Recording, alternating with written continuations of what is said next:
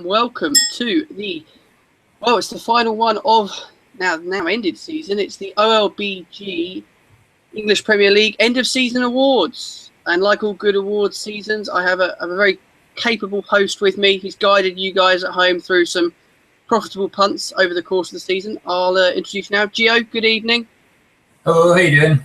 Yeah, I'm really well. Missing the Premier League already. But do not fret, we've got anti-post plans ahead for all the major football leagues and possibly some bits and pieces around Copa America to come. But tonight, it's all about our awards. These are voted for by OLBG members. Gio put a survey up on the site, and I'm delighted to say we had a fantastic response. Loads of you responded. Some very different answers, I must say. But we're going to get straight into it. If you're following us on Twitter tonight as well, you should be able to see all the infographics going up as we talk along. And our first category was probably the best one, I'd say. Player of the season. Player of the season. Certainly an interesting category. Gio, who were the strong contenders before you reveal the winner? Well, the front three was probably quite predictable. Saying that, my own personal choice wasn't in the front three. But the three leader ones was Sanchez, Hazard and Kane. But I thought this guy would have got more from OLBG members, and that was John Terry. That was my own personal choice. But he didn't quite make the top three, though. Do we think John Terry is possibly a little bit unpopular? I note that even Rio Ferdinand wrote a column saying how fantastic he'd been this season and put aside the fact that he wasn't such a fan of him. Yeah, I definitely think so. I think his personality does come into a bit, and also his family life to an extent. With his mum and dad are quite notorious for not being the most well behaved. But it's a shame, really, because it does overshadow his performances quite a lot. And I don't think Chelsea would have won the league without him, to be honest. Okay, well, before we delve a little bit further into that, we've got lots of different categories tonight. I was most interested in the vote around the overachievers. I thought that was quite an interesting poll, which we'll come on to a bit later on as well. We'll touch on the Champions League, of course, at the end of the programme. Which category gave us the most surprising result? Don't reveal the result, but which one were you a little bit shocked by? Probably the two is the underachievers and the manager. Okay. Manager of the season I thought was wide open, but I didn't really think this guy would maybe be. That makes sense to me. We'll have to see on who we'll have to see who was voting. I'd love to know the commitment of the clubs and whether there was that much bias. I must confess, as a Crystal Palace fan, I voted with my heart rather than my head on a few of them. But we will come to that a little bit later on. But we have got several different awards to be going through. I'm really looking forward to it. Was it quite difficult working out the categories? Did you have to leave anyone out? Is there any other thing you could have put up for us?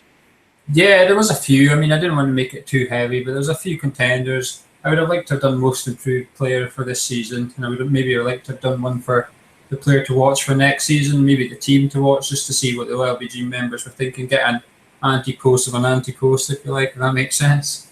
Well, that's certainly something we'll bear in mind. We love your thoughts and we love your views.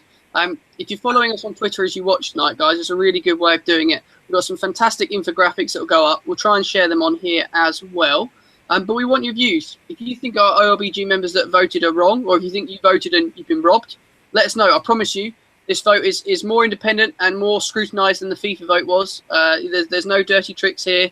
Gio has not slipped me a fiver to get West Ham into any of the categories or anything like that. And if he did, we'd get rid of them anyway. Let's be honest, there wouldn't be an average season award because they'd win that.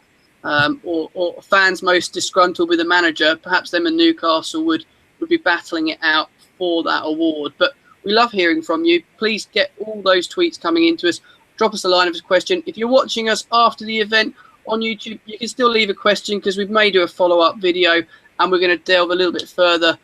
As I say, later on in the summer, we're definitely going to get some views to the season ahead. So perhaps we need to see a few of our award winners continue their good form or bounce back and improve. If we mention most improved player, I would probably imagine William of Chelsea would be in the top three there. What do you think, Gio? Yeah, I think definitely.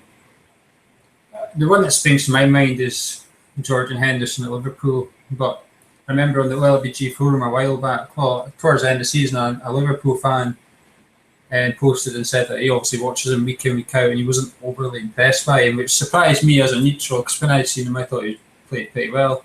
But yeah, I think Willian's a good shout, actually. I never really thought of him, so yeah, good thinking there, Sam. Well, I'm much more than just a pretty face on this show, Gio. Don't you worry about that. But let's get started on Player of the Season. Probably arguably the ultimate award, so we're starting with it. Were you surprised by the results?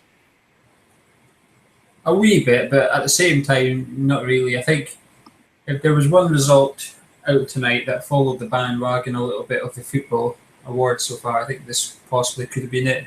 Surely you weren't surprised, were you? I can understand why OLBG members went this direction. For me, I was a little surprised. I think the front two were the two that we'd expect. I actually thought it'd go to an Englishman. Care to expand? I thought Harry Kane would get it. No, I see. I'm still sceptical about him. I hope he does well. I really do. But I thought Hazard would get it. But I actually thought Sanchez would beat Harry Kane into second place. So I was quite surprised that Kane actually came second. But so it just shows what a difference of opinions we've got in here now. Mind the forum. Well, that's certainly interesting. But hopefully you can see the graphic that's appearing on the screen now. And Eden Hazard was our winner. I think he's a fair winner. Gio, did you have a strong opinion on him? Yeah, he's just... I think he's head and shoulders one of probably the best player in the league, really, isn't he? If you think of players behind Messi, Ronaldo in Europe, he's probably the only really player out of the Premier League that comes into contention. Well, in my opinion, anyway, he does. I think he would be arguably one of those players that you wouldn't be surprised to see play in the front three of Barcelona, that kind of thing, in the current form. I'm not sure. It's very variable, isn't it, with Hazard? I think he doesn't probably play as attacking and as fluidly as he could do because of the way Chelsea played this year. But to my mind, I thought he had a great season. You can't knock him. I'm a tiny bit surprised John Terry, his teammate, wasn't higher up there. But do defenders ever win these awards? When was the last time a defender won the Ballon d'Or? I can't remember. They don't make enough difference, unfortunately, to people's views to do that. Harry Kane, worthy runner-up in my book. You don't score that many goals in a Spurs team. Let's be honest, he saved Spurs a lot this season as well, Gio. Do you think he wins a little bit of an award for that? Yeah, definitely. He didn't really start playing in the league until around Christmas time anyway, did he? He turned on... Slow start for him, as I recall, yeah.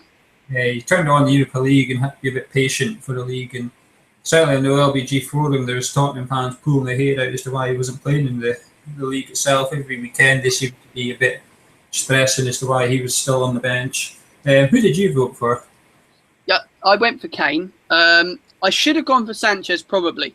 I don't think this is me being a little Englander or anything like that. I just think it's really exciting to see an intelligent English striker in the Premier League. I don't think we have enough of them. I feel sorry for him because he's going to get the pressure heaped on him now for the next X amount of time. But De Gea probably for Man United, we will mention a little bit later, not to give too many spoilers away. I don't think that will spoil anyone's surprise. I think he was exceptional for them. All of them were the best player for their teams, arguably. I don't see anything else. Were there any honourable mentions in the other category or any comedy entries that you think people should have not entered? Kevin Nolan didn't make an appearance, or no, the one that I remember was Cambiasso, but I think going through all the categories, I think it's always had at least one Leicester fan. Okay, well, there's got to be one out there, and they've had a good year. The other tab got used more than once in this survey for a Leicester answer, but I think someone put Benteke. I'm not sure. He appeared a couple of times. But yeah, he was instrumental to the survival of that Aston Villa team. Yeah, I couldn't have him as my player of the season, but player of the season for Aston Villa by far, I suspect most people would say. So he'll be due a move now, we believe. Yeah, it looks like it. There's plenty of rumours. There was one today that a Premiership clubs bid $22.5 million for him, but it was unnamed. But we'll wait and see if it develops into anything. You know what the media are like these days. I certainly do. We're part of the frenzy that believe players are moving here, there, and everywhere, and we've got to do something throughout the summer. So our first award of the tonight, and look at it. It's an impressive award. Eden Hazard, this is winging its way to you. It's somewhere in the Far East, I think, on Chelsea's end of season tour, but the OLBG trophy is winging its way probably to somewhere in southwest London for you. But yeah, Eden Hazard, what a fantastic player this season, and I think hopefully if Chelsea hang on to him, he'll be a big part of next season as well. Definitely, he's been a joy to watch him at times, though. But the main thing about him is I think he's a game changer. You know, it might take him until the 88th minute, but you just know he can pop up any second and change the game just like that. And they're the sort of players that fans like ourselves enjoy. And from a betting angle, let's be honest, they're the sort of players that we're going to be punting on.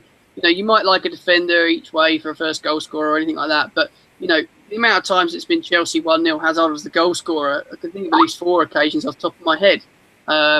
But, like I say, it's interesting, and next year I don't think he'll be winning it. There you go, I'll put it out there. I don't think he'll be as good next year. I don't think so either. I think actually one of our second and third place there, Kane and Sanchez, I think they could maybe be with a shout if they repeat the form that they had. I think and that's what makes a great player a good player, a very good player. Sorry, I should say. I think it's that consistency. And when you think of the players that were playing well last year, you know, I don't know. I want to see players do that, English or non-English, and just English Premier League players. I want to see that longevity. You know, Wayne Rooney, I want to see him back to his best. I think he's probably been one of the ones missing on that list.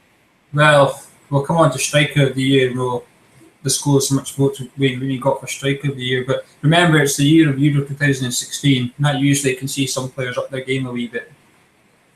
I'd certainly hope so. And we will obviously be discussing that an awful lot next season. And we must roll on, time's against us, to our next category, and it is goal of the season. Plenty of contenders for this one, Gio? Well, I thought it would be, but OLBG say nope, one winner. One winner. Okay, and did you vote for the winner? I did, yeah.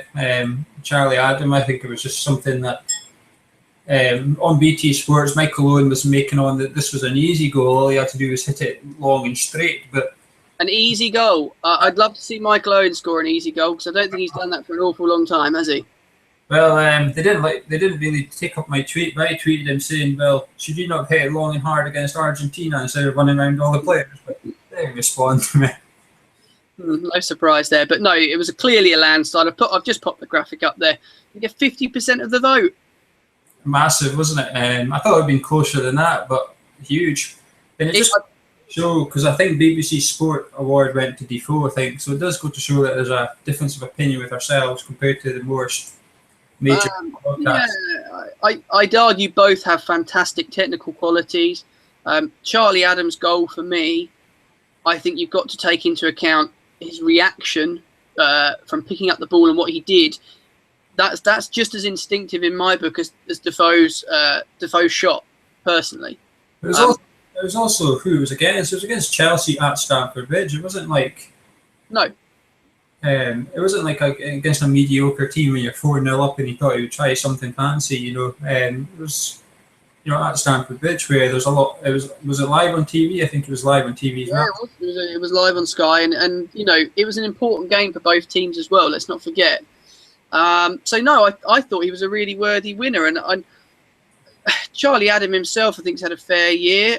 He does try it a lot. That's the only thing I would say. Anyone else we should give a little shout out to? I mean, Zamora's goal was very good. That's possibly a bit unlucky not to have got a few more votes. I think it was maybe. I would be very surprised if people that voted for Charlie Adam. I'd be very surprised if they'd seen all these goals. I think maybe Zamora and Gomi, you might have had to YouTube them before you voted, but.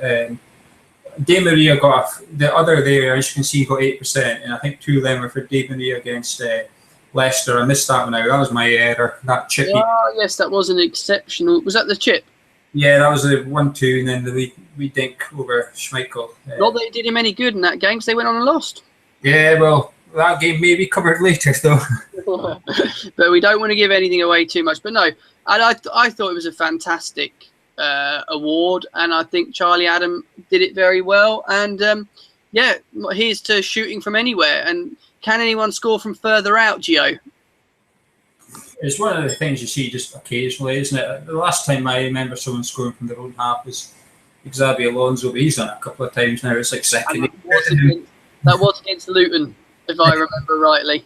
Yeah, but let's this was against a very good goalkeeper. But if you catch a keeper off the line, you catch a keeper off the line, don't you? I think that's possibly the only problem I'd have with it. It's one of those.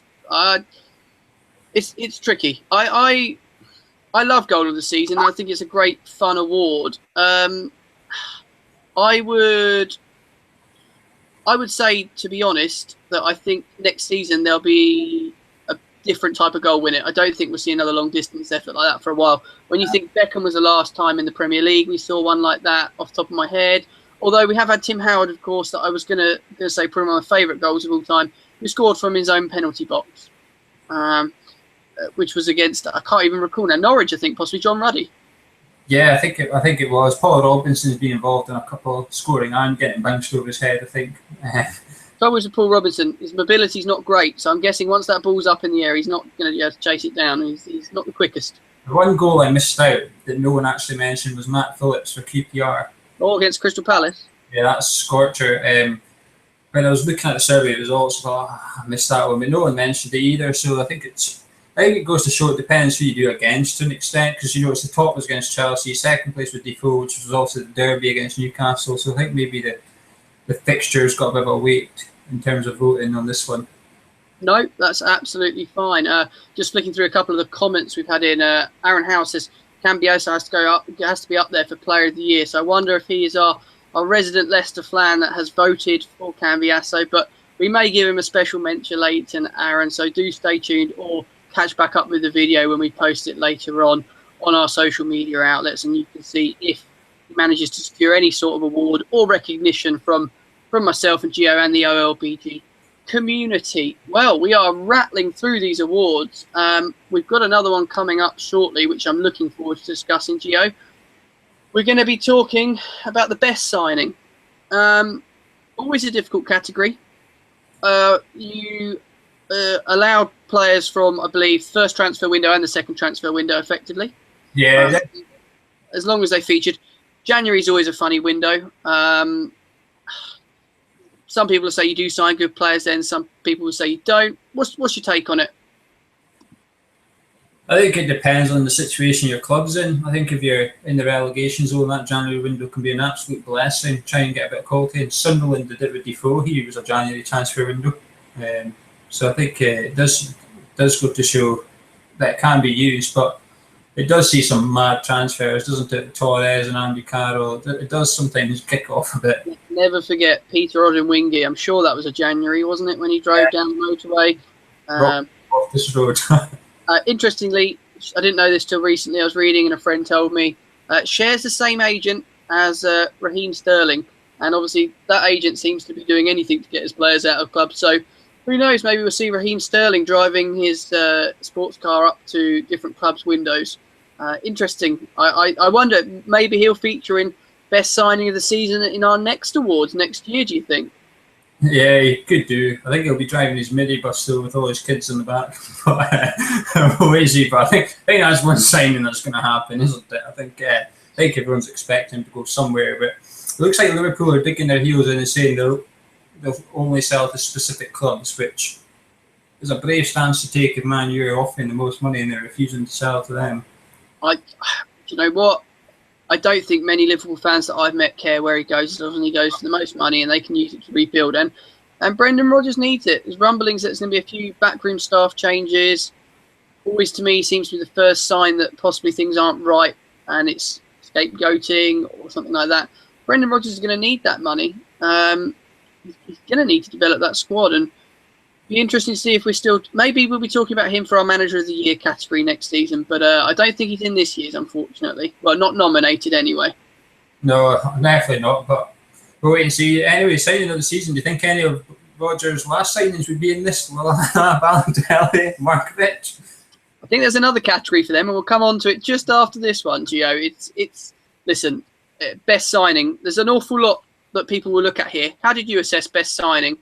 I thought this was the one category that was wide open. I thought when I was typing up, I think I could have picked out at least one player from every team if I really wanted to, maybe except Liverpool. But I think I could have picked out at least one player from every team if I really wanted to make it long. But I tried to narrow it down.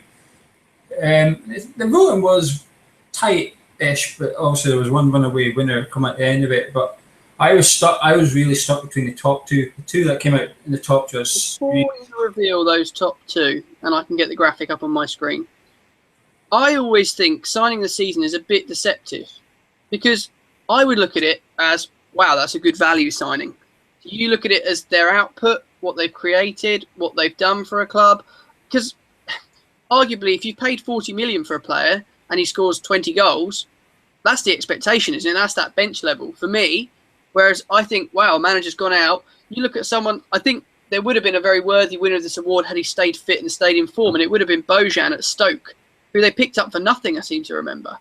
Yeah, it was peanuts anyway. I think it was $500,000 or something silly. But no, I view it a bit like you. I think it's value for your pound. That's how I see it. Obviously, if someone comes with 40 million, they've obviously got great expectation, but that might make it harder. Sometimes we've seen a lot of players flop, and like you said, we'll come on to that category later. So the price tag can have a negative impact on a player, but I think it's all about value for the pound, I suppose. But the Premiership these days, a striker's £1 million a goal, in my opinion. That's how I value a striker. You sign a striker for 10 million, you're going to get 10 goals out of him. I think that's quite a good barometer, actually. I quite like that idea.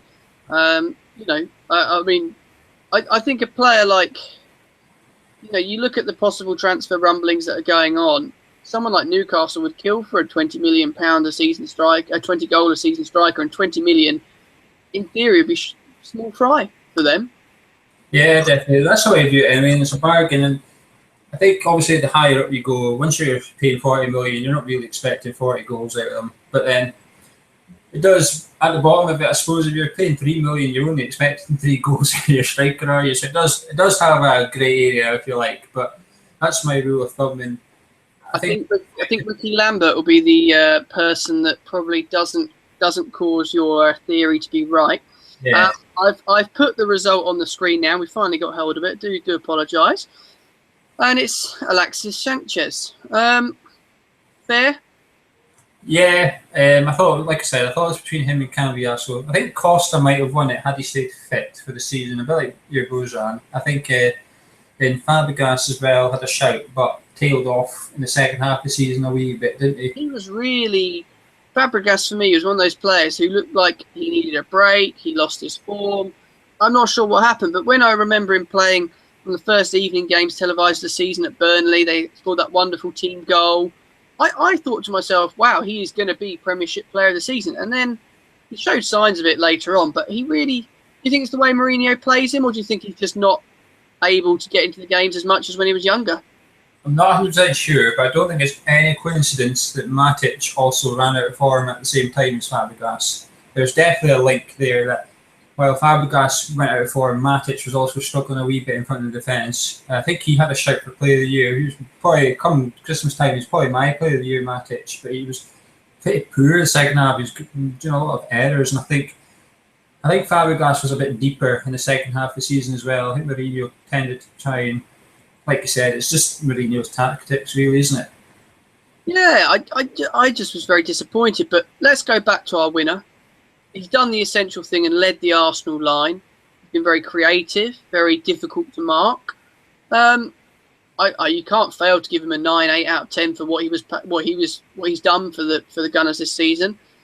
Do you think he is a player that will kick on next year, or will he be a marked man and Arsenal are going to struggle to get the same reward out of him, if you like? If he was at a smaller club, I think he would struggle. But because he's at Arsenal, there's too much quality all over the pitch to single out one player and just man mark him. That's why you can't man mark Messi. We'll talk about that later. But there's too much quality. If you focus on him, you're going to open up space for the rest of the team, and they'll hurt you as well. But I was really impressed by Sanchez, actually. I was surprised a wee bit. I thought he might struggle a little bit, but he's got the strength for the Premiership, doesn't he? He can use his strength pretty well. But what a goal in the FA Cup, though, just to round off the season. I think so personally. I thought it was a fantastic effort. You know, I think he's deserved it by a mile. But it's going to be interesting next season to see how he gets on. I've got a funny feeling form may not tail off, but I think he will be marked differently. But who knows? If Arsenal go out and sign another striker, Karim Benzema is rumoured to be set to leave Real Madrid. Now Benitez has rolled up.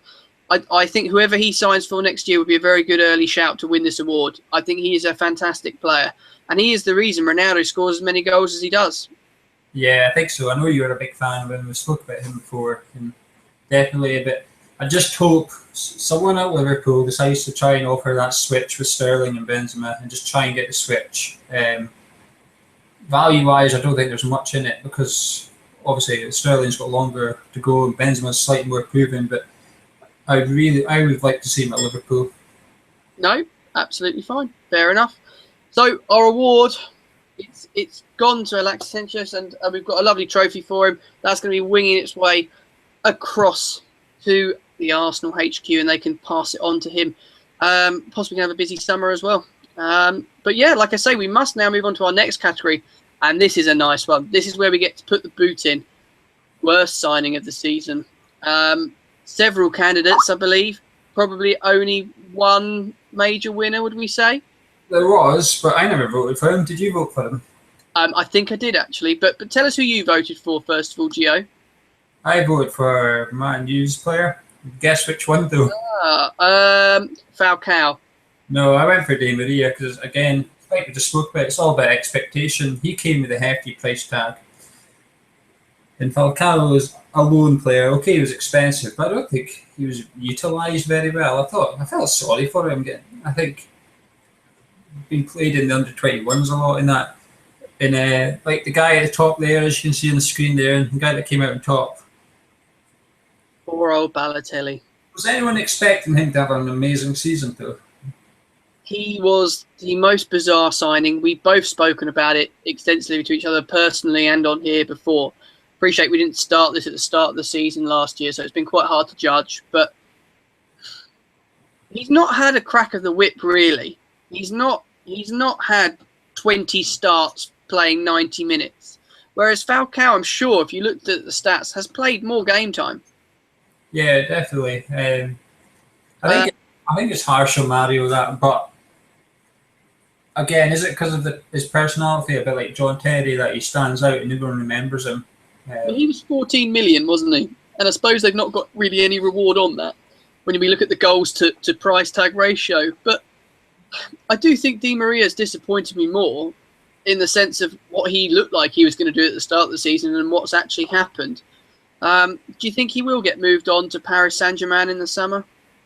I'd really be surprised if they try and cash in their chips a bit while he's still got a bit of value, because if he has another season next season like he's had, then his value's going to plummet. At least now they can maybe get majority of their outlay back. PSG are obviously a wee bit desperate for a player, and there's talk of the financial fair play rules being relaxed a little bit, and with what's going on at FIFA at the minute, who knows what's going to happen. I think now's the time to get away with the stuff on the slide, because I don't think anyone's going to be watching too closely. Personally, I think that's what could happen. Definitely, and I think Van Gaal needs money to reinvest. I think he's obviously got a lot of targets, and obviously he's just gone and signed to pay for. So I think I wouldn't be surprised to see him leave. But I think if he has a season like he did, I think they'll struggle to shift him on for a big fee. Well, of the others on the list, who else is a little bit guilty?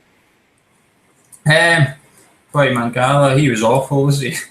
He was awful. Well, it's never going to be a difficult adaptation season for him. Maybe he'll come good.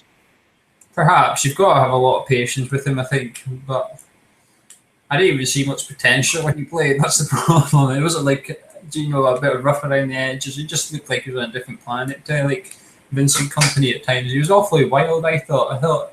When a striker skinned him, I was always expecting him just to bring him down and outside the box all the time. I thought there was way too much errors in him, and I do think he's partly to blame to a point for some of City's games they didn't pick up 3 points in.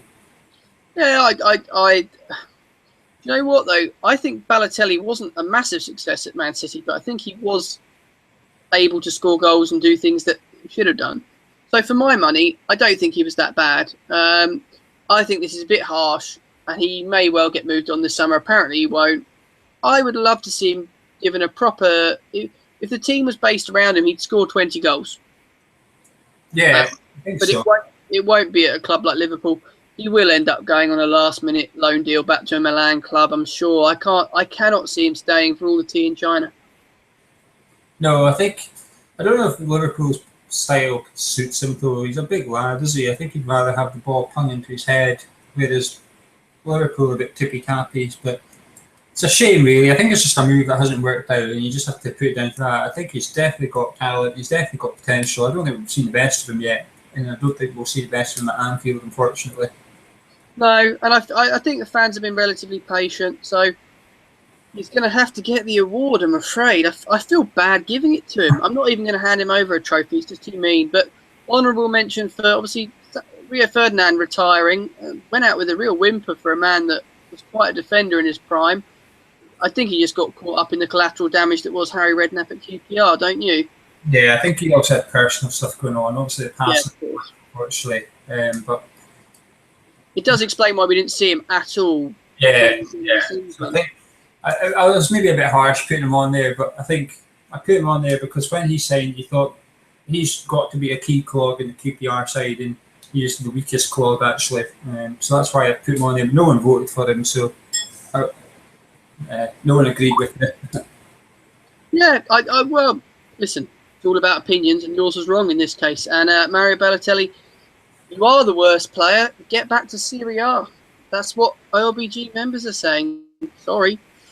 Bit awkward. Right, we roll on to a more positive category now. Manager of the season. There's got to be several candidates. This must be a tight split vote. Yeah, this was the one I was surprised. I didn't think this guy would win it. Did you think he would win it? I didn't, and I didn't vote for him either. But we'll come on to that a little bit later on. I'm a bit surprised at the fact that the winner was who he was. But we will come on to that when the graphic's with me. What was your criteria in your head for your actual vote? Just the squad they've worked with and maybe the pre-season expectations and any. So you look for someone that's defied expectations. Well, just when you sit down with your board at the start of the season, what's the board telling you to go out and achieve? And then I suppose anything that they've had to overcome throughout the season, whether it be an injury crisis or a signing, and that's why I chose the person I have. Who did you pick for this one? Well, I didn't pick the winner. I was very selfish. I went for my own team, Crystal Palace. I went for Alan Pardew. I thought he had a sensational season. He kept Newcastle up. If you look at the stats, he got most of their points. And then he's gone into Crystal Palace, a team that were faltering. And I say that as a fan because we had Neil Warnock temporarily in and it was not going well. And he's got them to a record finish in the Premier League. They're playing great football. The squad is happy. And as far as I'm aware, we're not losing anyone. We're gaining players like Johan Kabay this summer. I just think he has punched well above his weight. Jose Mourinho's our winner. What is his standard at the start of the season in your head, Gio? What he's done? I don't think he's overachieved. You know, if we look at it just as a league point of view, yes, he's the best manager because he's won the league. But Jose Mourinho is expected to do a minimum of a couple of things. I would say there's an expectation that he gets to 2 cup finals and he looks to hopefully, well, I'd say Champions League semis minimum. I don't know. Now, I appreciate maybe the question's a bit loaded because we're looking at managers in the league. You know, I've just seen that Inside OLBG man's tweeted to say that he thinks Mourinho won it, and he's right, but he thinks that Alan Pardew was worthy. What about the Southampton manager? Definitely. We spoke about it last week, or the week before, and they were everyone's tip to go down, Southampton. Max, loads of players left and also more came in, but I think loads of players leaving was actually the best thing that could have happened for Coleman coming in, because it gave him funds, it gave him a blank piece of paper, if you like. And yeah, the players that left were good, but you know, Ricky Lambert, getting him off your wage bill and getting money for him it's turned out to be a good thing in the end, does it? Hindsight's always a great thing, of course. So Yeah. For me, you look at Nathaniel Klein, who sort of seems to indicate he doesn't want to go to Liverpool and he's going to stay. My word, what a turnaround from the players that walked out on Southampton this time last year. Well, a little bit further on down the line, I suppose. But yeah, no, I think Ronald Koeman would have been a fine candidate. Any other honourable mentions? well, I went for Gary Monk. Yeah, of course. I think he's done fantastic with that Swansea team. He doesn't have a big squad. If you go ask your average Premier League fan to name 15 Swansea players, I'll be very impressed with the manager. Whereas you go ask them to name 15 QPR players, they'll manage it. And also, remember, he lost Bonnet in the January transfer window, and he didn't really replace him. So that was, but he adapted, and he'd done the double over Man U and Arsenal, and that's why I've gone for him. He's a great tactician, and he gets the best out of his players. And I think he's one manager I think will be at a bigger club in a couple of years' time. I think that's very fair. I hope he is, personally. I think he's a good manager and one that will be. So for next season, we'd be surprised to see Jose win it again. Yeah, unless they run away with the title even more. So, but it's just the expectations that Chelsea win the title. No one was surprised. But the only manager we haven't mentioned that finished in top 5 was Nigel Pearson. Is there a reason you didn't vote for Pearson?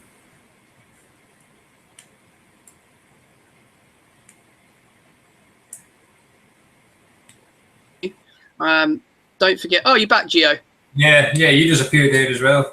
That's all right. Well, we are back and continuing to move forward. Next category we want to look at. We're going to look at overachievers, which is always a bit of a weird one. How would you frame the overachievers? Brilliant manager. I think this and manager of the season is tied in a little bit, isn't it? I don't think the results differ that much once you take Chelsea out of the equation. I think the results are actually pretty similar. I suppose it's just looking at what's happened over the season, what your expectations were at the start of the season, and it's also about, I suppose, your form, making sure that you've never really done a West Ham. You've shot up to 4th, then second half of the season you won 3 games out of 21. That's relegation form, isn't it? So I think it's about sustaining a challenge over your whole season rather than just half of it. A runaway winner here, though, isn't there, Sam? Yep, I am going to just bring it up for everybody at home now. Overachievers. We've gone for Southampton. Well, I should say the members have gone for Southampton. And I promise I didn't make the slide. Crystal Palace cheated out of this one. Well, we cheat? I voted for Crystal Palace. But then I think the bar was set so low for Southampton. I think it was one of those where people did genuinely feel, that it was a case that they were relegation candidates. Is that fair? Yeah, definitely. I think if you did this, and you said, right, who's overachieved from Christmas onwards, I think Crystal Palace would have won. Because of the way Southampton's form did tail off a wee bit. And Leicester, I suppose. Leicester and Palace would have been the 2 teams that would have won that if you'd done it from Christmas onwards. No, that's fair. Leicester must have really been close in the sense that their end of season was staggering, but I think they let themselves down after that Man United 5-3 until that point. I think they were pretty... I think they were fair. They got out of it, didn't they? Let's be honest. Are you surprised that Man U were 4th? I think people feared the worst for Manchester United after the Moyes debacle. I don't think they've over or underachieved. I think they've met objectives. They'd be getting a B or a C, wouldn't they, if you were grading them like a school child? I thought it was interesting that 8% said they overachieved. So that means a lot of our members weren't expecting Man U to get in the Champions League. But then a lot of people took Liverpool to build on what they'd done and be there or thereabouts, even though they lost the likes of Luis Suarez. Well, leads us on to the next category, does it? Yes, quite nicely segues towards it. But just to recap, we've got the fact that Southampton were the overachievers. And I do think that's fair. I think I personally was on a sports broadcast show at the start of the season, clamouring to tell people to put their money on them to go down. So how wrong was I? They went to about as short as 5-1 for relegation. I mean, to then have a good crack at Champions League football, that's some effort by Ronald Koeman. I'm glad they've got the Europa League, though. I'm glad Arsenal won the league and won the FA Cup even, and Southampton got in the Europa League. So it does give them something to show for their form, if you like. And I think they'll be one to watch for the Europa League, actually. It depends what they want to do. I can't imagine Koeman won't take it seriously. I think they may. I've got a funny feeling Southampton, I'm not going to say going to become a cup side, but I think that may be their focus. And once the league points are accrued, if they're still in a quarter-final and a semi-final, or they're getting towards the last 32 of the Europa League, don't forget it's a long process to get there for them. I would be unfazed by the idea of Southampton winning a trophy next year. I don't think it's impossible. Well, I'm glad you agree with me on that, because the way I see it, I suppose, is come Christmas time this year, Southampton, like you said, had a crack at top four. They had to write off the cups. They had to write off the FA Cup in order to try and stay in the top four. Come next season, like you said, they could be mid-table, not going anywhere. They're not going to qualify for anything. They're not going to get relegated. They're going to go for the silverware. And I'll be looking at them to win the Europa League at the start of the season. Interesting. Well, we will cover that on our anti-post blogs, and I would guess you get about 33-1, maybe. We'll have a little look later on in one of our broadcasts, but would you take 20s? A bit short? A bit short for me. I think 33s would be about right. I'd be surprised if they're any bigger. Yeah, we'll have a look, I suppose. I'm not actually checked the odds yet, because I don't like backing against my own team, even if it is for trophies. We're not often in Europa League, but I do like Southampton. No, that's absolutely fine, Gio. And we're going to move on now to another sobering category, and it's another set of fans that are going to be upset with us. And unfortunately, we've already upset them once tonight, I imagine. Your underachievers of the year. I'm going to go and bring the slide up, but I'll let you introduce them. Why do you think they got voted underachievers of the year? Actually, Sam, I don't know. I don't think they underachieved that badly. They sold Suarez. They sold their only world-class player. They didn't replace him with any out-and-out world-class player. They should have went after a top player and spent the bulk of the Suarez money on one signing, I think. But they tried to spread it around and improve the squad as a whole, and it just completely backfired. You've got the wrong slide up there. Oh, my apologies. I shall change that now. Did you vote for Liverpool? I didn't. Well, no, I did actually. I'll be honest, I did. My theory of Liverpool was, yes, it was going to be hard. We all knew that.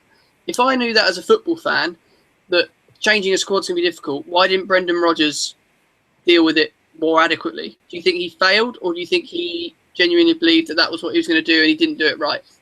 I think the whole board failed. I think Rodgers is in 100% control of transfers. I think that's always been clear. Kenny Dalglish said that Ian Ayer's got a pretty big say in who comes and goes at Anfield, and it was in the papers again that Rodgers still isn't getting full control of the transfers.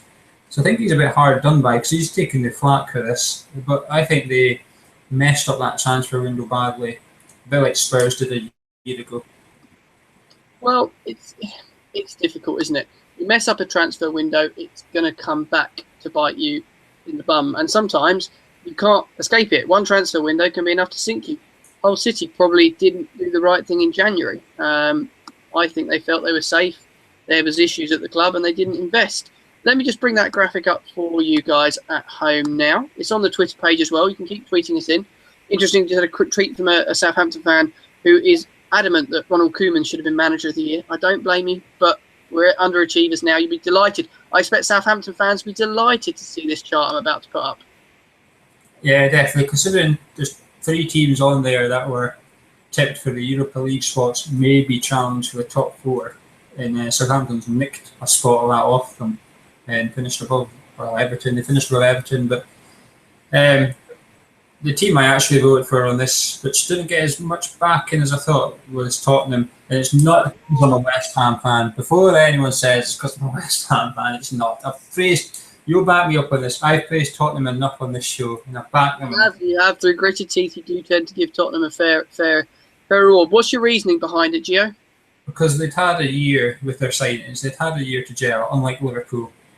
So I don't know. I just expected quite a lot of them, and they had this player. They had a player in their team that came second in the Player of the Year, but yet they couldn't even finish in the. Well, they struggled to finish in the Europa League spaces. So how can you have, according to OLBG members and everyone else really, how can you have the second best player in the league, but underachieve?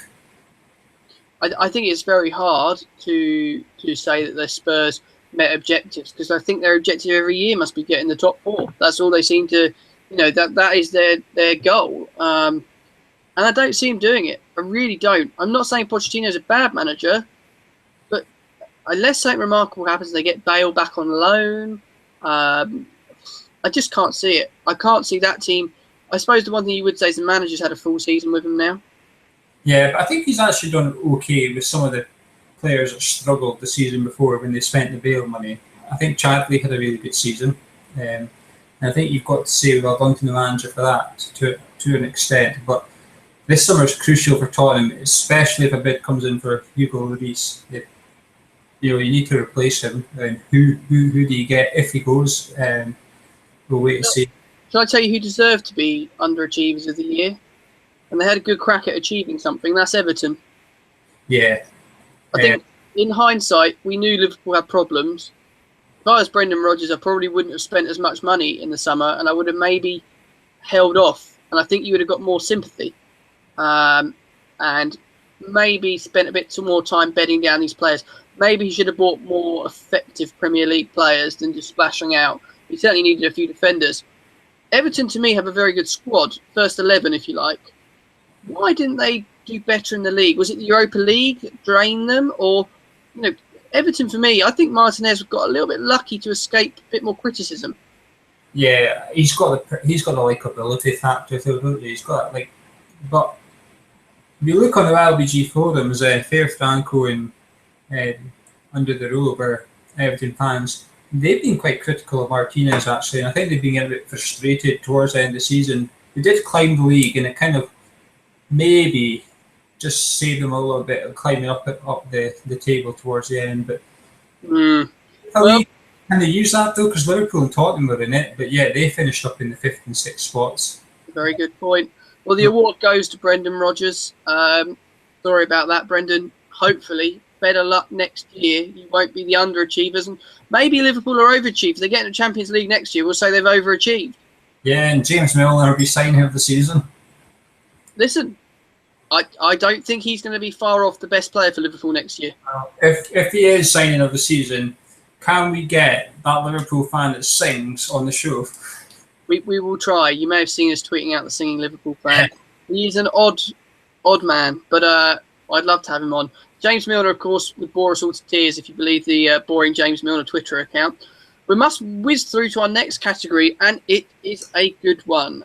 Gio, game of the season. How did you come up with the nominees for this one? It's the high scoring ones, isn't it? No one wants a 0-0. But it's just the ones where both teams go for it. It's attacking people from both sides, and it's everybody tunes in and everybody enjoys it. You get the games where you'll be sitting watching it, come half time, you're thinking, I could be doing something else, I could go weed my garden. But I could go and do something else other than watch football, which is what I need to do for this OLBG hangout. Gio, I'm shocked to hear that you don't enjoy 0-0s. Yeah, there's 3 games that stood out, I think, and there was not one vote for other in this category, and I only picked 3 nominations, but there was not much between the top 2. No, they should be on your screen now, and they are. The winner was the Leicester 5-3, a game that we thought would probably change the seasons of both teams at that point. Yeah, Leicester never really kicked on with that, did they? But when Leicester were at the bottom, I think everybody remembered this game and thought they can still do it. They are capable because everybody remembered this one game, and that's what ties into making a game of the season, I think. But it's just one of those games everybody talks about after, don't they? You just can't not talk about it, really. But it was I was watching it live, and it was bizarre. I think I had a few bets on the game. I think I had over 2.5 goals and felt very smug. But then I think I also had United to win probably and both teams to score, so I wasn't feeling as smug. at the end of it.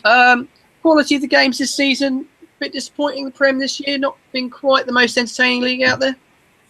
No, it's just managers are maybe focusing more on their defence than their attack, unlike what they used to do, I suppose. It used to be a case of going out to score the opposition, whereas now it's maybe a case of don't concede as much to the opposition, if that makes sense. I know it's the same thing, but I hope that makes sense. No, I think it does. I think it's very difficult. If you're in the bottom 10 of the table, you go away anywhere, you probably play quite defensive football away from home. I mean, I hope, I'm going to bang on about my own team here now, so people will tell me to shut up, but when you look at Crystal Palace going away to Liverpool and doing what they did, they got their reward by attacking. And I think a lot of teams I think that fear factor doesn't exist anymore. Going to Anfield, going to Old Trafford, it's like the respect has gone. It's like, right, we're good enough to take you on. And I love to see it. And don't get me wrong, it goes wrong sometimes, blows up in teams' faces and they'll take a hammering. But as a fan, I'd rather Palace did that and lost every other game against Liverpool away, and then 1 in 5 we do something like that. Definitely, absolutely. This is why West Ham fans want Sam Allardyce gone, because that's not what we do. We go for the 0-0s. It's the most dire thing to watch, and everybody knows what's going to happen. Eventually, the players that are talented, like the City players, they're good enough to break down teams like West Ham usually, and they will. And everybody knows what's coming, but yet for some reason, teams still go play for the 0-0. And I'm firmly behind you on this. Go and attack. Give the fans what they pay for. And no fan's going to complain they get beat 5-4, are they? They're going to say, "Whoa!" I tell you, West Ham fans might. They'll suddenly want Sam Allardyce back, won't you, Gio? No, but well, if you get relegated, about it. This is the thing. The Premier League is worth so much money. I think it's a bit of a fear factor. Well, we're rattling through these categories, and we're now heading towards our team awards. Now, we'll start with the highly unoriginal idea of going from back to front with our goalkeepers. Gio, a massively important position. There's one standout winner, which we will mention. I'll take your honourable mentions to start with, and maybe what you think makes a good goalkeeper.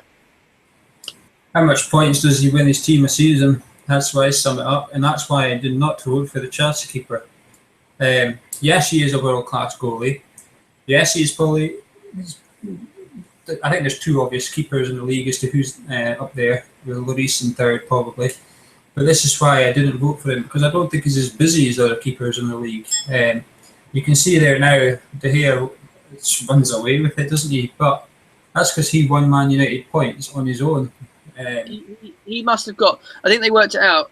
I think Chris Kamara on Sky worked it out, and he thinks it was about 11 points he won Manchester United with last-minute saves or with penalty stops, things like that. But how do you work out though? Because he could have made a save when it was 0-0, and then Man U went on to win 3-0. And had he not made that save, it would have been 1-0 the opposition, and been a totally different game. It's a good illustration though that he's been a key part of it, and I mean it probably shows you how streets apart he is and how key he is to Manchester United. Yeah, obviously the talk he's leaving. Do you think he will? Yeah, I think he's off to Real Madrid. I think there's no doubt about it. I think he wants to go without him actually coming out and saying he wants to go. I don't think he could make it more obvious. He's turned down apparently like 200,000 a week at Old Trafford. Or he's not turned it down; he's just not signed it. How do you make it more obvious than that you're looking? I just wonder if the appearance of Rafa Benitez at the Bernabeu this last week just gone has given Man United fans hope that he may not go. I do not. I think Real Madrid are genuinely running out of managers, and I think Van Gaal has come across this year. He has surprised a few people in the English game with how charismatic, how passionate. We joke about his drunken speeches at end of year awards, but he is clearly a man manager, and I just think Benitez is not an attractive proposition. Would you honestly think signing for Real Madrid right now is the best move for David De Gea when they're going to come second to Barcelona for the next 3 years? Yeah, well, you don't know that for sure, but it's likely. But if he turns it down this summer, who's to say they're going to come back in for him the summer after? They're probably going to turn their attention to elsewhere because Casillas is coming to the very end of his career. But I think there'll be pressure in the Spain squad. I think the Spanish teammates will be getting on at him. They did it with Fabregas when he was at Arsenal, remember? They stuck at Barcelona top on him. Yeah, Arsene Wenger wasn't too happy about that. That's the impact that these international teammates can have. How often do you hear a player sign for a team and say, "Oh, I spoke to insert name of international teammate already at the club, and he told me good things, and that's why I've come." I think he's going personally, but I think Forster might have got more had he not got injured. Very nasty injury as well. We wish him the best, and hopefully he can get back ASAP, because he's going to be a key man, hopefully next year. I noticed Adrian made an appearance. Is that your very small yellow slither? That is, yeah. I think he was crucial to West Ham. I think he's a fantastic keeper. He's starting to get recognised a bit more by neutrals. I noticed when they're doing goalkeeper of the season on like BT Sports and that, he's been in the shortlist of the 5 keepers. But he's on the verge of getting into the Spain squad, and I'm worried that when he does get to the Spain squad, there's going to be a few eyes on him. He's the first keeper to ever save 3 consecutive penalties in the Premier League. And I know you're thinking it's a bit of luck, but you watch the one against QPR when he walks up to Charlie Austin and has a word, and then he saves it. He knew exactly what he was doing. But he's so popular with the fans as well. So I love him. I rate him more than Rob Green, and I think Rob Green was a fantastic keeper for us. Okay, well, brings it to a close nicely. And just very, very, very quickly, Hugo Lloris to replace David De Gea looks like the natural ascension, the train line up from Spurs to Manchester United's training ground. It looks like it, but I think he's good. Victor Valdez doesn't sound like a poor replacement either, is he? But he's not a long-term one, and that's why I don't think he'll be there. So we will now be moving on to is it a back 4 we played, Gio, in this? Yeah, I've just gone for 4-2-3-1. Yeah, lovely. That's nice and easy for us all to understand out there, all us big Football Manager fans and things that like to play Christmas tree formations. None of that nonsense. We'll have a back 4. Gio, just explain. Well, we'll start with our centre-backs. English centre-backs, are they a bit of a rarity now? A wee bit. Homegrown ones, possibly a bit of a rarity. There's not as many as there used to be anyway. Arsenal used to have, obviously, Adam Rinkiel, and then they had Campbell, and they're not as popular, but I think it's because the game moved on and they weren't ball-playing centre-backs as much as anything. Most teams are trying to get the ball. You look at Tottenham, their defenders go to the side of the 18-yarder to pick up the ball from the goal kick. I can't remember if I ever seen that. I used to just get launched forward. It's a shame though, but it is a bit of a worry. But I personally rate Phil Jones, so I know a lot of people will laugh at me for that, but I think he's doing quite well. And but saying that, our OLBG members think there's a strong English centre back here. John Stones? Well, yeah. He's got a bright future, I think, doesn't he? I would be amazed if he's not at Chelsea. He looks like a Gary Cahill transfer waiting to happen. He'll be at Chelsea or maybe Arsenal, but I think he's a fantastic young defender. And did he get many votes? No. No, okay. But I think he'll be one for next season because he didn't really come into the squad until halfway through, did he? I think, was he not a late comer? Yeah, I think he replaced Distan, who never got his place back, which is always a good sign. So give us the 2 top centre-backs then, Gio. Well, who did you vote for? John Terry was one, and I am racking my brains for the other one. I think I might have even gone for someone like Koscielny. Well, John Terry has 79% of the votes. So everybody picked John Terry at least once. Near enough, yeah. That's staggering, really, when you think about it, for a poll between 2 centre-backs. Second place got 33%. Koscielny was third with 23%. Who was our second place man, Gio? Gary Cahill. Oh, okay. Yeah, mine came 5th. Ashley Williams. I went with Ashley Williams, and he got 12. I think if he'd been at a bigger club, he'd have got more votes. That's the rule of thumb with these kind of things. Let's be honest. It's not even our own choice to watch the top 4. We see a lot more of the top 4. I'm not a Swansea fan. I know I've picked them all. I'm not a Swansea fan on this, but that Welsh accent giving it away, Gio. But must be. But I just think he's been fantastic this season, Ashley Williams. But I'm surprised Gary Cahill came second, actually. I wasn't expecting that. I didn't think he had the best of seasons, personally. But there's a lot of Chelsea votes throughout this thing, and Chelsea is the best supported club on OLBG, so I do want... We'll maybe I'll be a bit undemocratic like FIFA and just take Cahill out then. We'll put Koscielny up there. But, well, listen, like Cahill is a very good English defender. Do I want him going to the European Championships next summer? Probably. Would I rather John Terry was playing? Hell yeah. Yeah. Well, the thing is, though, he wasn't good enough for Chelsea at one point, was he? Mourinho whipped him out the squad. I think he was giving him a lesson more than anything, a boot up the backside. But I think he improved after that wee kick. But a back pairing of Chelsea for OLBG. Yeah, I'm a bit surprised. Right, let's go to our fullbacks then, right and left.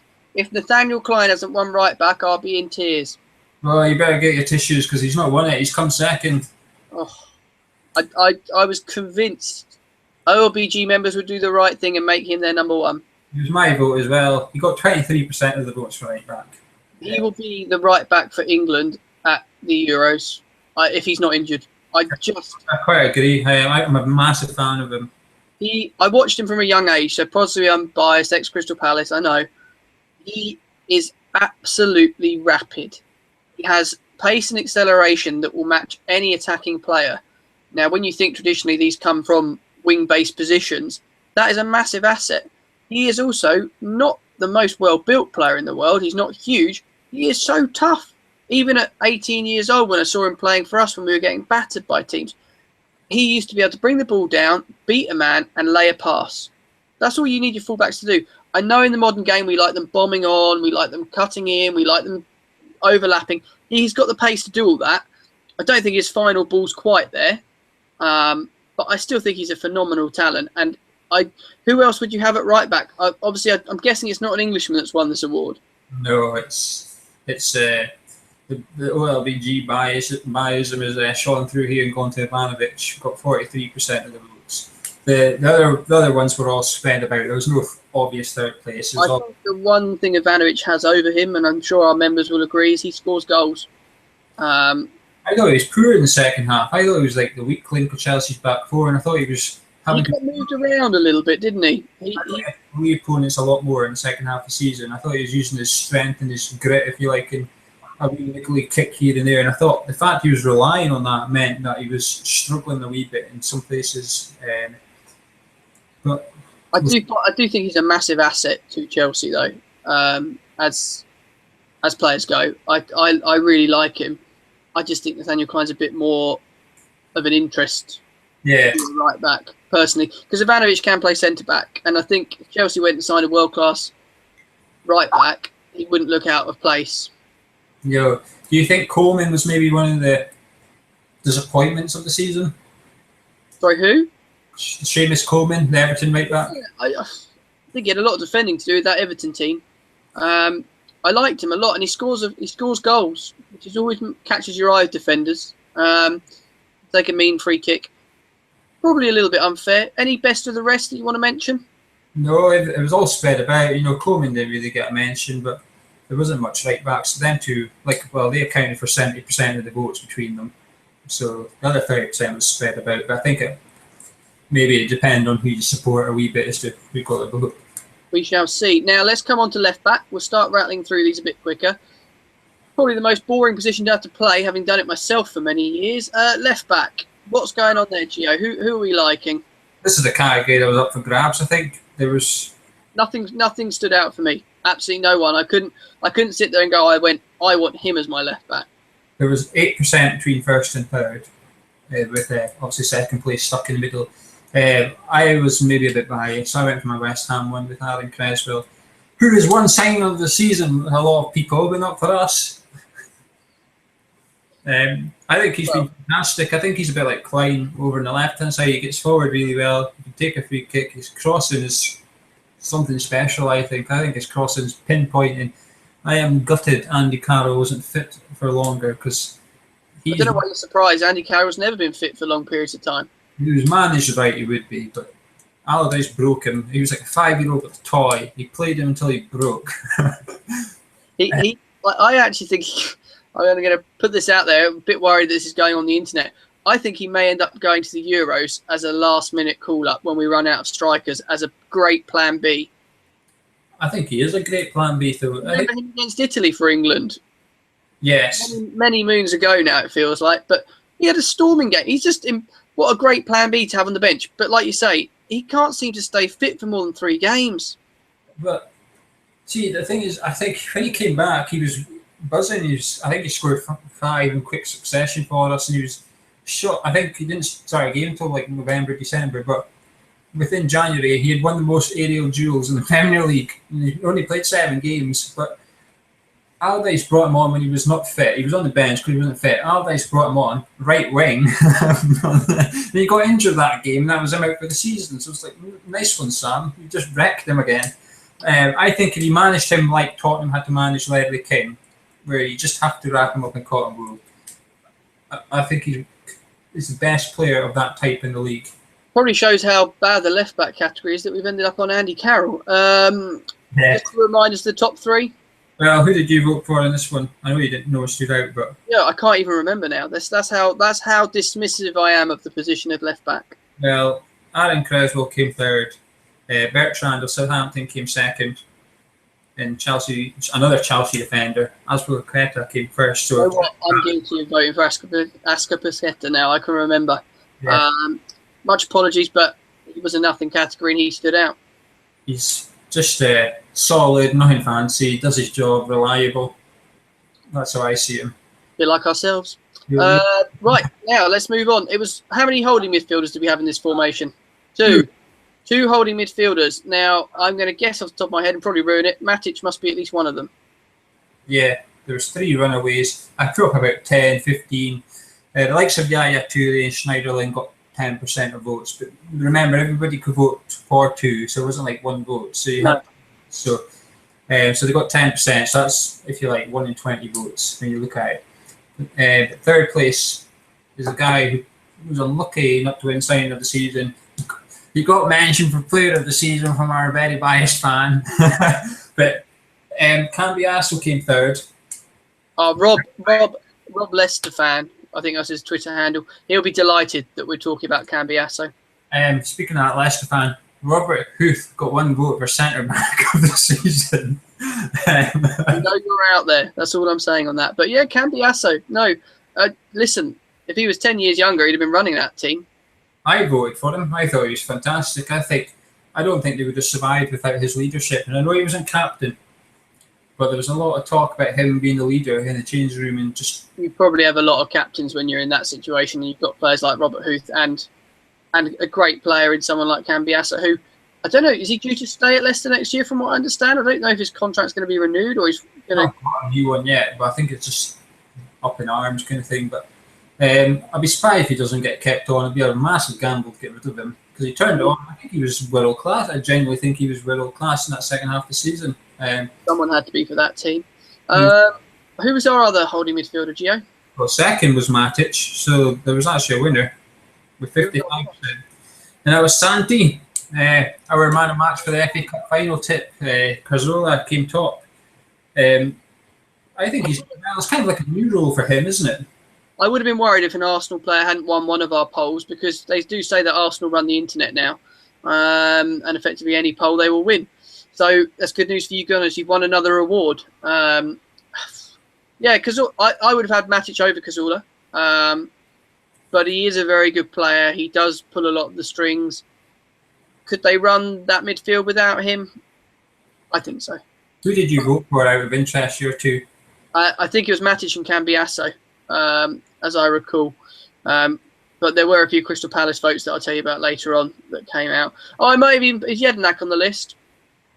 I think he was. I think he I think I went for Jedinak, and I'll be very sorry to see him go, but if a Liverpool or an Everton or a Spurs don't sign him, he needs to go to a better team. But then if we're getting Johan Kabay, we might let him go. But he is fantastic. Yeah. I voted for Coquelin, and he's going to be the young player of the season next season. I'll put my money on it. Yeah, He's not young anymore, is he? I think he's like 25. I was going to say he may be getting a bit too old, but he was probably fundamental to Arsenal's late run. I think Arsenal did really well from January onwards, and their fans seem to be so. I dread to think what Arsenal would be like if their fans got vocal and behind Wenger and United, because I think they'd have quite a good little passionate singing force. But they're so busy arguing with each other. We see it on the Google Plus forums. Arsenal fans, get behind your team. You've won another cup. You're in Europe next year. Your manager's going to spend the cash. He might get Benzema. What a great team that would be. But we shall see. We must move on. Next midfielder. Do you want to go with the attacking midfielder we picked? Well, there's obviously one player that's in this. Well, there's actually two going to be obvious, isn't there? Because we've already mentioned them. Jason Punchin must be there then. I'm afraid not. No. He should be. There's a lot of players that got a few percent each. Punchin, Balassi, Sigurdsson, That's my vote. They all had a few votes, but nothing huge. The top three is no surprise. Obviously, the top one, Hazard, 83% of people had him. What 17% of people didn't vote for him, though? 17% of people thought they would have a front three in the Premier League, and Hazard wouldn't be one of them. He was one of my votes. It was 2 votes, wasn't it, that one as well?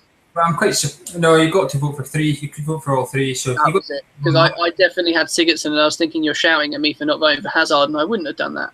But 70% of people didn't vote for Hazard. Anti-Chelsea bias, maybe. I don't know. Maybe they want to try a team without him. They can't be very good at Football Manager. Second place, no surprises, was Sanchez. 63% of our OLBG members fancied him. And third and fourth, there wasn't much between them. One got 30% and one got 23%. One was Silva and one was Fabregas. Who do you think came third? Ooh. Is it a bit of a surprise? No. Oh, okay. It wouldn't be an Arsenal player, would it? No, it was Fabregas. It was one of the two. It was Fabregas. Oh, okay. Well, ex-Arsenal. Chelsea. I think David Silva, for me, would tip it, but I don't know. He's not had the best year, David Silva, but he's always good. Yeah, I think he is class, though, isn't he? I don't think he's been used properly like he had been in previous years. I think he was stuck out wide a few times for my liking, whereas I like to see him just roaming about, going where he fancies, and I think that's where he hurts him. Like against Tottenham, he picked up on the edge of his 18-yard and ran all the way and slipped Aguero through, and bang, goal. That's Silva. That sums up David Silva for me. Best Man City player probably this season, I'd say. Right, so we're heading towards where are we now on our player list? I can't work it out. We've got our attacking midfielder. It's our striker now. It's the last man. A few honourable mentions for Austin, Danny Ings. Wayne Rooney, guess how many votes he got? 0. Yeah, 0. Nobody voted for Wayne Rooney. I backed him to be top goal scorer each way at the start of the season. I thought he'd have a great year. Then he got played midfield. How can we vote for a midfielder to be top striker, Gio? Well, I don't know. You could have put him in midfielder if you wanted. There was another option, but he didn't really excel in either position, though, did he? Do you know what? Wayne Rooney is a player that will continually represent England and play well. I don't think he will ever get into that bracket anywhere near a Ronaldo. Like when you think him and Ronaldo were United at the same time, both doing big things. He's here, Ronaldo's here, Messi's here. I just don't. He's not the same level. I'd even put Hazard above him, and I like Wayne Rooney. I say that as I'm not anti-Manchester United before people say I'm that. I just don't think Wayne's got it so much. He's still a good player, but it doesn't help he's been moved around a lot. Let's give him some sympathy there. He's not got the X factor, has he? If you like to put it that way, he's not got that. So who has got the X factor, Gio? Well, there's 2 runaway votes here. Diego Costa will be one of them. No. Costa, no. OLBG said Costa is not the striker of the season. I think he got maybe 20%, maybe even less than that. Okay, well, that's a good shock from me. I'm just thinking there's a Chelsea theme here, and I was quite glad that we're completely mad. Well, Harry Kane must be one of the 2. Yeah, another one was Sergio Aguero. They shared over 80% of the votes between them. There was 5% in it, and I am angry at the result. Harry Kane edged out Aguero. Yes. Wow. Sergio Aguero is world class. Harry Kane has the potential to be class, but Is that are you worried that it's English people voting for English players, Gio? Is that your worry? I don't know. I mean, Kane beat Aguero quite a lot, but the mistake I think the PFA do is doing Team of the Year in that, like, with 5 games to go. I think it's silly because Aguero then scored in almost every game, including a hat trick, which shot him to the top of the goal scoring. So it's silly doing the things before then, because look at Cambiasso. He literally dragged. Leicester weren't safe then. By the time the end of the season come, Cambiasso just almost dragged Leicester out of that. So I think it's silly. But us at OLBG do it properly, and we did it at the end of the season. And I'm surprised Aguero did not win this, and I'm angry Aguero did not win this. I think it's because he didn't win anything personally, whereas Harry Kane, Aguero has some great support players around him. Harry Kane has dragged that Spurs team to results this season. I think about the Villa away game where Spurs got 2 late goals. Think about things like that. I think Harry Kane has dragged that team. Yeah, I'll give you that in the Arsenal game when they beat Arsenal at home. I mean, he scored that 2 goals against Arsenal. But Aguero's top goal scorer in the league. He's been injured for ages of it as well, and he still won it. But Sergio Aguero is world class. I can't believe that he did not win. Well, it's one of those. I am, and I'm not surprised, Gio. I won't lie. I think it's something that we look for as fans, don't we? And a player that excites. Aguero can score from anywhere. Harry Kane shows that tendency as well, though. I don't think he's a fox in the box. He is creative and intelligent. He could be, and I say this, touch wood, he could be our Sheringham meets Shearer. He could be, yeah. I hope he is, actually. I hope he does. I never wish anyone not to go on and become like a good player, but I've always been cautious. But he's still rattling the goals in away on their Spurs too or another, not playing exactly the best quality, but he's still scoring though. But he's got the under-21 championship coming up. Do you not think he's going to be knackered come next season? Yeah, I won't be putting him in my fantasy football team for the first half of the year because he's going to have to be given a bit of a break. Trouble is for Spurs, they've got an awful lot of commitments. There'll be Capital One Cup ties, or they will get a bye because they got to the final, so they'll miss one leg of that. They're going to have Europa League. Pre-season tours, God knows where, if they take him on it, but they'll probably have to for commercial. I will be looking. This is the sad gambling aspect in me that looks for any kind of edge. I will be trying to oppose on the first day of the season teams that have been doing these silly globe-trotting around the world tours. There's a lot to be said for staying local, playing friendlies, getting fit. I appreciate the commercial commitments are there in football, but you can't tell me that it's like it's a non-World Cup year. Let's drag our players halfway around the world. No, I quite agree. I think it's a bit daft myself. And I know people say, West Ham will struggle because they've got the Europa League that's starting. Our players were on holiday the night of that Newcastle game. After that Newcastle game, our players got on the airplane and flew away from Newcastle. They're going back and training soon, obviously. But I see no problem playing. It's competitive. I wouldn't call it competitive, would I? I think your players were on holiday from about 6 weeks ago, to be perfectly honest with you. I've just put it up for everybody to see. There's Harry Kane edging out Aguero. There's a lot of explanation marks. Anyone would think Gio's made that slide and that he's that particularly angry. We should give a little bit of credit to Danny Ings and Charlie Austin, both players that we expect to see in the Premier League next year. Who would you take out the two? For me, I'll tell you who it would be Austin every day. But who would you take out the two at West Ham? Well, I don't know. That's a hard question. I think they're very similar. I don't think there's much difference. Probably Austin, because I think he's never really gone on a massive drought this season, has he? Ings went about 9 games without a goal, and that worried me. But he played for Burnley. With respect, there's only so much chances he's going to get, isn't there? He scored even when they were relegated. That's when he started scoring, which was a bit unhelpful. And I think it ruined a lot of people's accumulators. Danny Ings popping up and Burnley winning games once they're down. But I don't know. I think they'll both be in the league, and I think them two will be at the Euros. I mean, a striker doesn't make a team. You need to look tonight. There's a game playing, and Hunter scored a hat trick, and he's still on the losing side against USA. So, this shows you, it's not all about the strikers, but I do think we focus on them. I suppose we'll round this up as we head towards thoughts for the big game that we'll have a quick chat about, very quick chat tomorrow, which is, of course, the Champions League.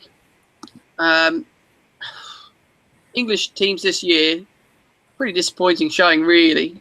Chelsea featured probably best of all. Arsenal crashed out to Monaco. City, again, let themselves down. How can we bridge this gap? Are other nations other than Spain well ahead of us? No, but it's just the one or two teams from Spain, I think. I think that's the problem. You just got to, sometimes, instead of looking at your own side and thinking what's going on here, I think sometimes you've got to look at the teams that are putting you out and just saying, they're better than us. Fair play to them. There's no doubt Barcelona, Real Madrid and Bayern Munich are probably the three best teams in Europe. So there's no shame in going and getting put out by them. Well, I certainly don't think so anyway. Chelsea tried to mug off PSG and ended up getting mugged off in their own backyard. I think that backfired, and I think that's one thing that's why I don't think Mourinho should get manager of the year. No, it's Premiership, but he tried. He also had a plan, and it backfired massively in his own garden as well. To me, it shows a mistrust in the player. Yeah. I think if you trust your players, you don't need dirty tricks. But he did it at Real Madrid. He's done it everywhere. That's his view, and he'll keep playing that particular way. Moving on towards two teams that have obviously impressed. We talk a lot about Barcelona. We have done the games up to it. I predicted a 3-0 scoreline that came in one of the semi-finals. Juventus. I'm going to put you in the shoes of the Juventus manager. You are the manager. What on earth are you doing tomorrow night to stop these players? Do you just ignore them and go, right, standard marking positions as we have done and play our own game? I don't know. You said earlier you wouldn't man mark someone like Messi. No. Place it would then give Suarez and Neymar. That's why I see it. But that's why I see it. I think if you are going to man mark Messi, you're going to leave space for the other two, and I think that's just going to be a bit suicidal. But saying that, Bayern Munich didn't man mark anyone. No. It took Barcelona a long time to get that breakthrough. They had a couple of chances in the first half, Barcelona, but it took a bit of magic from Messi. I mean, obviously, if there's one player capable, it's him. But I still think Juventus wouldn't have conceded those goals that Bayern Munich did. I think they're defensively, they're a lot stronger than Bayern Munich. I know they've got players missing, but they'll still set out the same. They're not going to change their tactics. Be interesting to see. I don't think you can stop that front three, though. I know they've been stopped a couple of times in La Liga, but that just happens, doesn't it? It's the rule of thumb. It's football. But I'm looking at the odds tomorrow night. 90-minute win for Barcelona. You won't see many better 8-13 on shots, would you? No, I think Bet365 have got that £50 offer.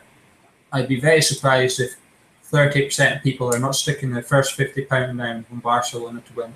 They're 1-3 to win to lift the trophy. So if you wanted to play it really safe, you could take that just in case it goes to extra time. But I think it'll be over in 9 minutes. What about you? I will probably be playing the over 2.5 goals market. This is where we differ massively. If there's, you're looking at around the 19 to 20 with Bet Victor. Now, to my mind, if Juventus take the lead, they're gonna shut up shop, and you will have an attacking Barcelona side. I would love to see it for the sake of football, but could you hold out an attacking Barcelona side, or at least Juventus have got players to hurt them on the counter as well? So over 2.5 for me. That's a bet. You could see 3 goals in the second half, even if it's 0-0 at half time. We know that Messi will shoot from anywhere. We know Suarez will cause problems. Don't forget, Juventus are without their best defender. Chiellini's out. Yeah, I think that's also a massive blow, isn't it? I think that's the one player they needed. If there's one, the only player I wouldn't be. A lot of people like first goal scorer bets, and if you avoid Messi, you could probably find some value. I would probably opt for Neymar over Suarez, only because Luis Suarez, I'm not convinced he's going to play the full 90. I've got Neymar as my tip here. Excellent. Well, I'll let you talk more about Neymar. I'll just tell you why I'd be a little bit wary of Luis Suarez.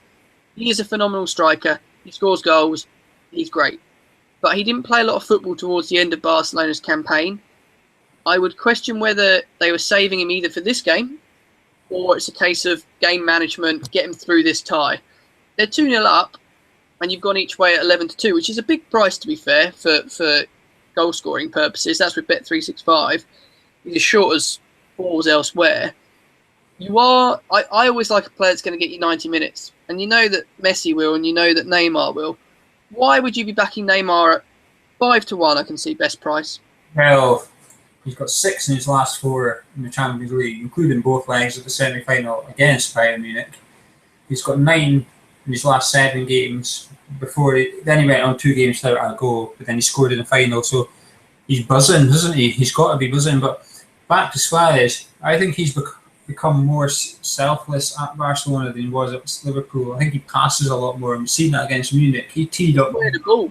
He could have scored, but he teed up Neymar just to be sure. You know, and I do wonder if that's going to come into it a bit. Neymar tends to be on the end of the product rather than the start of the product, if that makes sense. He's laid the ball up.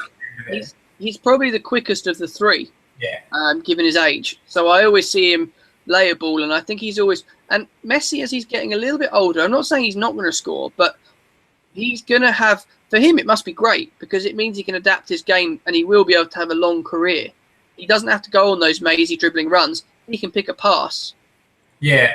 The one thing I will say, though, is I am not doing Neymar to score first at 5-1. I am doing Neymar to score first and Barcelona to win at 7-1. I think it's just almost the same bet. Can you see Juventus coming back into it? I'd be surprised. So I think for that extra money, I think it's worth taking to score first and win rather than just to score first. Yeah, I can see your angle on it. I must say, I didn't think there was a lot of... There's going to be no margins for error in this game. You know, I don't think Juventus are going to get steamrolled. But then at the same time, you do wonder if they go 1 down, they're going to go for it. It's a final. Yeah. Barcelona 3-0 is trading around 12-1 with Paddy Power and Bet Victor. You know, a goal for each of those front 3, sorry, I should say. Well, I'm on 2 now. You're looking at 7-1 there. Same bookmakers firms as well are the best price there. Well, the thing is, though, I'm taking that one further. OLBG had a discussion on Monday night, and I brought this up, and a couple of people received it quite well, I think. So it's kind of boosting my confidence for it. Now, Juventus have not been behind at half-time in the league. Home or away, they've not been behind. They've been drawing 11 of their 19 aways. Barcelona have only been leading in 10 of their 19 aways in the league. Now, I know you're thinking, well, that's quite a lot, half their games, but their opponents are not that great. Let's be honest. The bottom of the La Liga is a lot worse than bottom in the Premiership. So I think that maybe half-time is going to be 0-0. So that's when I think I'm looking at 0-0 half-time, then my full-time has all been 2-0, and that's 19-1. Again, a massive difference in value compared to this. Or if you want to play it a bit safer, you can get draw Barcelona at 13-4, which looks a very bizarre price to me. That's with Ladbrokes. So the only ones that have priced up that market so far, according to my sheet in front of me. So something like draw half-time, Barcelona full-time, maybe, if you want to be a bit safer. Yeah, but I don't like safe. I like excitement. I'm no Sam Allardyce when it comes to betting. Yeah, I am the big Sam of betting, despite my looks. Gio, I want to say a big thank you for all your help this season. Were they your main bets for that Champions League game? Yeah, that's my 2. I'm only having a small, well, it's not small, but medium to large stakes, actually, because the last game of the season, is it? I'm going for it. Yeah, and then we'll be back to cover all those wonderful Europa League ties that Gio is going to be so enthralled in. I don't know if we will, to be perfectly honest. We will be focusing more on the anti-post markets for everything from, we might even touch on conference, then we'll be looking at League 1, League 2, Championship, and of course Premier League. We'll touch on the cups. We may go European, Gio, we've said, possibly have a little look at some of the leagues, if there's any value in them. Yeah, it's definitely worth a look, isn't it? You never know. One of us might find a gem somewhere. You never know. You know, handicap leagues are fantastic. I know we've got some great bloggers on the site like Miko70 who he'll always try and find you the winner of the handicap league, and you usually get about 16-1. So it's worth a couple of goes at that. I want to say there's only 15-2 so far up in that foreign country of Scotland. Oh, okay. So there you go. That for you. We've got plenty more to discuss anyway ahead of the summer. We will be back. Good luck with your betting, whatever you're trying to make your money on. Enjoy the game tomorrow night, and keep all your tweets and suggestions coming in for the show. We are coming back after the summer. Well, I should say after the summer break, shouldn't I? Because we'll be back before the 7th of August when the Premier League returns to your screens. We'll have a little preview of the Charity Shield as well, and possibly a squad-by-squad rundown on all those new arrivals, because OLBG has some fantastic people that will know all about these new signings that your team are going to be making. You know, I at Crystal Palace will be hoping for a Messi, Ronaldo, Jason Punchin trio at the start of next season, but we may see. Pigs may fly. Enjoy your football, and thank you so much for tuning in this season. We look forward to our anti-post previews.